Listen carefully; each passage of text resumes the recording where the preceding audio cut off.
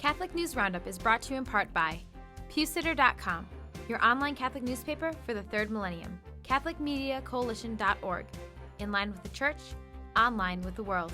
And TheAmericanCatholic.com, politics and culture from a Catholic perspective.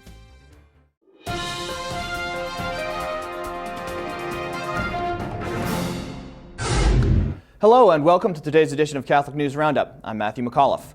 Church closings vex the Vatican. Rome has turned its eye to a disturbing trend of church closings and deconsecrations across the United States, pushed by bishops and without grave reason. Excuses given for such closings range from financial concerns to a lack of priests, but such worries are seriously lacking in the eyes of the faithful who are fighting to keep them open. A new Vatican ruling agrees with the faithful of such parishes and requires the bishops to keep them open as Catholic, quote, worship sites after repeated appeals to Rome from a Pennsylvania bishop trying to close 6 historic churches in his diocese. Similar cases are taking place in New York and Massachusetts, and many wonder why so many bishops are citing unfounded obstacles to diminish the number of churches in their diocese. German Catholics face mass apostasy. The homeland of the Pope is seeing a mass exodus of souls from the Church following hundreds of abuse scandals that surfaced last year.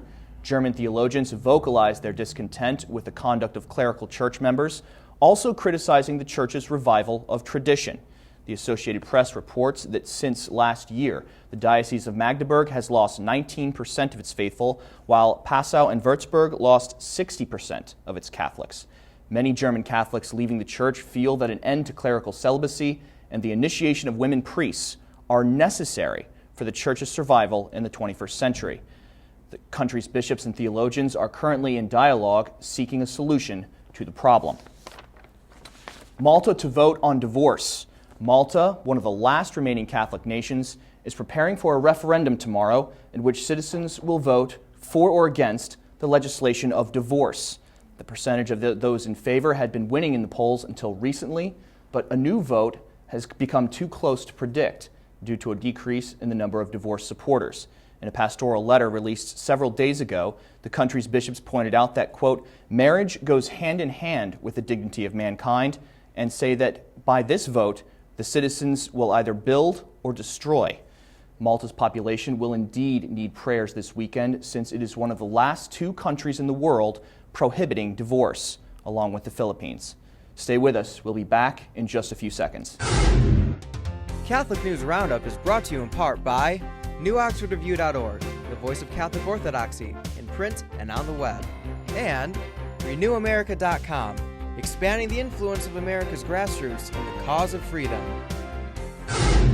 Underground Catholics defy persecution. Despite the efforts of law officials, thousands of Catholics took part in a pilgrimage to mark the World Day of Prayer for China.